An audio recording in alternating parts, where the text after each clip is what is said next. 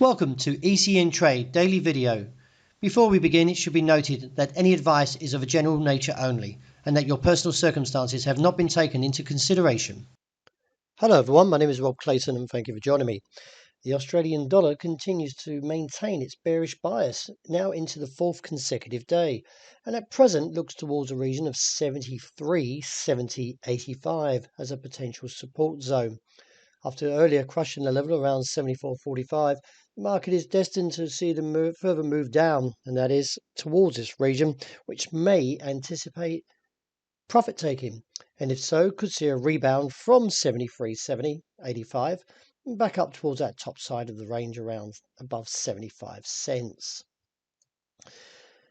At present, the euro still maintains a negative bias as all eyes look towards this week's economic data, which is the USDJPY number, and also the ECB rate decision, which is widely expected to keep their rates on hold.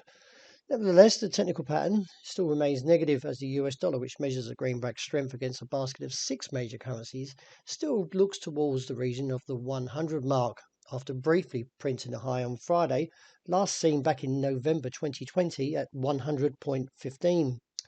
Nevertheless, though, the pattern as it breaks down could see the market test this region of 107.5085 and then possibly see a return of profit taking. The bulls continue to press higher when it comes to dollar yen and now looks towards this recent rejection area of 125. If we see a break above 125.15, then I feel there will be further squeeze, and that will be towards 125.70. However, do keep an eye on the support of this trend line, because a break of 123.80 could initiate a further down test, and therefore look towards 121.5. I feel from the given pattern, though, we are extremely in high territory of possibly a bull trap, and therefore would see another rejection eventually emerge. Sterling did test the level and it still is around this 130 support. If we see a break clearly of 130 figure, then this could see further indication to the downside and bring in the next target, which is towards 129.40 area. In light of the pattern though, I am looking very closely on how the strength of this trend is, as we could see this short down test before rebounding.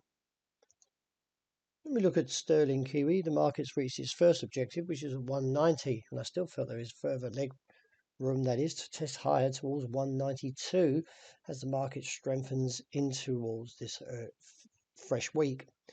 Let's see if the market rejects this level, because it did previously around 192 and may do so again.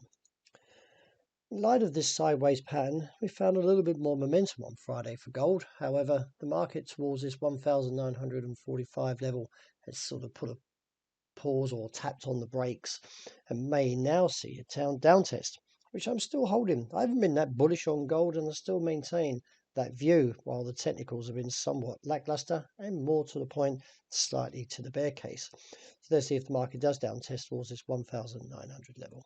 Wrapping up with oil, the market did tend to stage a short down test, but didn't quite penetrate that level around 92.5 to 92.80. Nevertheless, the market still seems to be contained by this 97 level, and therefore could see another down test towards 92.5 to 92.80 and reassess from there.